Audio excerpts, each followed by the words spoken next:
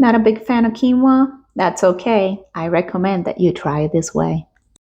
Hello everybody, this is Jenny more at home. Once again, I want to share with you my favorite ways of making quinoa. I'm going to start by adding some olive oil to a pan, and then I'm going to add chopped onions. I use about 2 tablespoons of olive oil and about half a cup of onion. Then I am using 2 garlic cloves. I like to use my presser for it. We are going to mix well, and we are going to make sure that those onions get nice and sauteed until they turn translucent. Then we are going to add some veggies to it. I like to use the kind that have cabbage. It comes with broccoli and it has some carrots.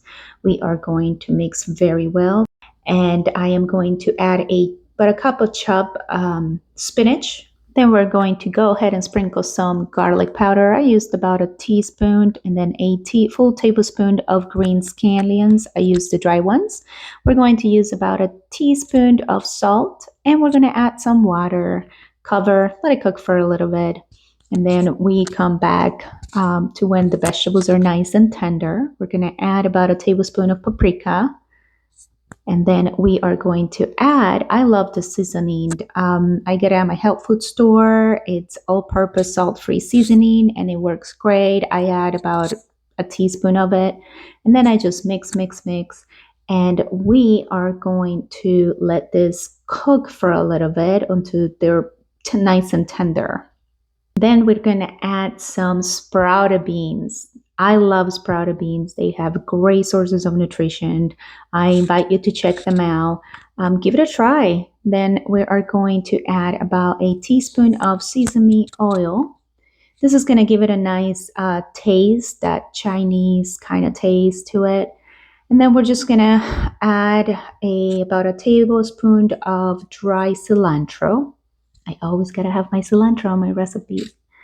And then we're just going to mix, and we are going to cover this, and we're going to let it cook for about 10 minutes. We come back to it. We are going to mix it, and then we are going to make some room for eggs. I'm going to add a little bit of olive oil, and I'm going to add 2 eggs to this mix.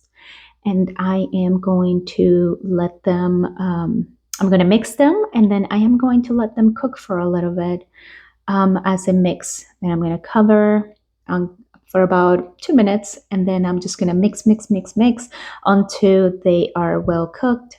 And then I am going to mix it all together, and you just add your cooked quinoa to it. Then I'm going to add liquid amino acids. I use this one, but you can use soy sauce instead, and I add about a tablespoon. This is more recommended to taste. If you like a lot of soy sauce, it's up to you. And voila, your dish is ready. This is a great source of protein. You're getting veggies, you're getting nice, nutritious food without getting all those ugly carbs.